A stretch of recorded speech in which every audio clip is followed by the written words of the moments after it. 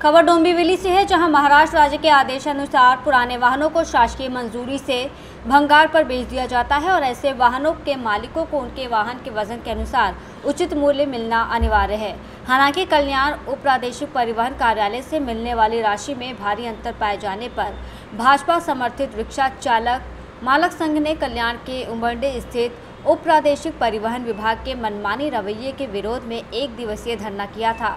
इस धरना पर अधिकारियों ने संज्ञान लेते हुए प्रदर्शनकारियों से चर्चा की और आश्वासन दिया कि राज्य सरकार के आदेशानुसार स्क्रैप किए गए रिक्शाओं के वजन के अनुसार वाहन धारकों को उचित मुआवजा दिया जाएगा।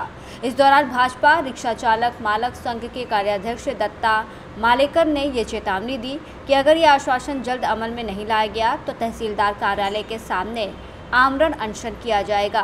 इस संबंध में दत्ता मालेकर ने क्या कुछ कहा, सुनिए। बऱ्याच 8 महिन्यापासून त्यांना आपण पत्रव्यवहार करतोय की रिक्षा चालकाला रिक्षा स्क्रॅप केल्यानंतर त्याच्या वजनाप्रमाणे पैसे मिळाले पाहिजे। त्यांना आम्ही पत्रव्यवहार बऱ्याच वेळा केला, पण तरीही काय फरक पडला नाही। नंतर त्यांना लाक्षणिक उपोषण करणार असं पत्र दिलं। त्यावेळेला त्यांनी आम्हाला बोलवून त्या बैठकीमध्ये ठीक आहे आम्ही करू, पण आम्ही सांगितलं की आम्हाला लेखी द्या, पण त्यांनी लेखी काही दिलं नाही।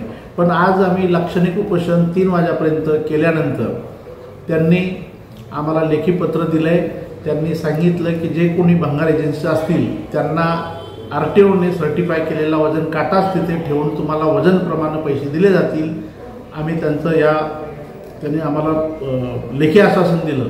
याचं सर्व रिक्षा चालकांनी स्वागत केलं आणि आता आमच्या रिक्षा चालकाला त्याच्या रिक्षाचं जे काय वजन असेल ते वजनाप्रमाणे पैसे मिळतील। पुढे जाऊन या संदर्भात आता बारकुल साहेब असतील यांनी आम्हाला लेखी आश्वासन देऊन आम्ही उपोषण करताच समजा त्यांनी लेखी दिल्यामुळे आम्ही थांबवलं की आम्ही काटा ठेवून तुम्हाला वजनाप्रमाणे पैसे देऊ।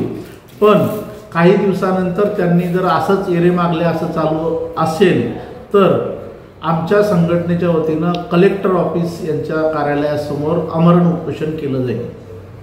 डोंबिवली से सीनियर संवाददाता दीपक मोरे की रिपोर्ट।